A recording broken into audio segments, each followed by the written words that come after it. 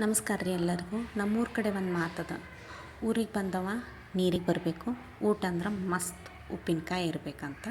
ಅಂಥದ್ದು ಒಂದು ಮಸ್ತ್ ಉಪ್ಪಿನಕಾಯಿ ಮಾಡ್ಕೊಳ್ಳೋ ಮಸ್ತ್. ಯಾಕಂದ್ರೆ ಬೆಟ್ಟದ ನೆಲ್ಲಿಕಾಯಿ ರೀ.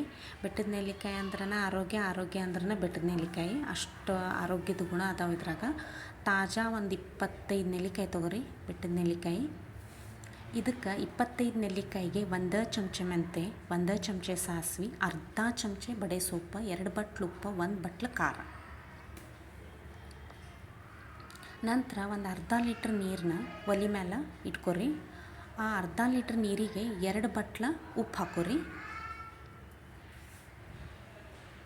ಉಪ್ಪು ಹಾಕ್ಕೊಂಡು ಇದನ್ನ ಚೆಂದಂಗೆ ಗದ ಗದ ಗದ ಅಂತ ನೀರನ್ನ ಕುದಿಸ್ರಿ.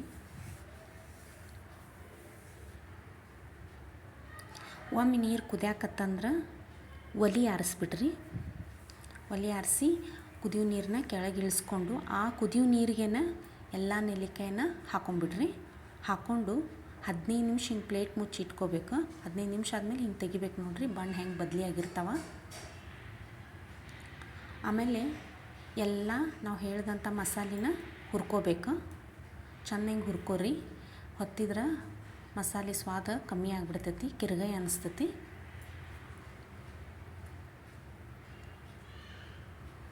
ಎಲ್ಲ ಮಸಾಲೆನ ಹುರ್ಕೋರಿ. ನಮ್ಮ ಚಾನಲ್ ನಿಮ್ಗೆ ಲೈಕ್ ಆಗಿದ್ರೆ ಸಬ್ಸ್ಕ್ರೈಬ್ ಮಾಡಿರಿ, ಲೈಕ್ ಮಾಡಿರಿ, ಕಮೆಂಟ್ ಮಾಡಿರಿ ಪ್ಲೀಸ್.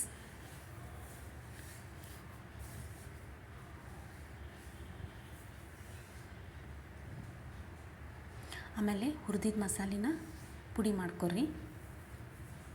ನಂತರ ಇವು ಪೀಸ್ ಮಾಡ್ಕೋಬೇಕು. ಬೀಜ ತಕ್ಕೋಬೇಕ್ರಿ. ಅದ್ರೊಳಗಿನೂ ಸ್ವಲ್ಪ ಉಪ್ಪು ಹಿಡ್ದಿರ್ತಾವಲ್ಲ, ಕಬ್ಬೇರ್ದಂಗೆ ಆಗಿರ್ತಾವೆ. ಎಲ್ಲ ನೆಲ್ಲಿಕಾಯಿ ಗಟ್ಟಿಯಾಗಿರ್ತಾವೆ. ಸ್ವಲ್ಪ ಸಮಾಧಾನಲೆ ಎಲ್ಲ ಬೀಜನ ತಕ್ಕೋರಿ. ಆ ಉಪ್ಪಿನ ನೀರನ್ನ ಚೆಲ್ಲಬಾರ್ದು. ಇದಕ್ಕೆ ಹುರಿದಿರೋ ಮಸಾಲೆ ಹಾಕ್ಕೋಬೇಕು. 1 ಬಟ್ಲು ಖಾರ ಹಾಕ್ಕೋಬೇಕು. 1-2 ಚಮಚ ಉಪ್ಪು ಹಾಕ್ಕೋಬೇಕು. ಸ್ವಲ್ಪ ಉಪ್ಪು ಕಮ್ಮಿ ಬೀಳೋ ಚಾನ್ಸ್ ಇರ್ತೈತಿ ಅದಕ್ಕೆ.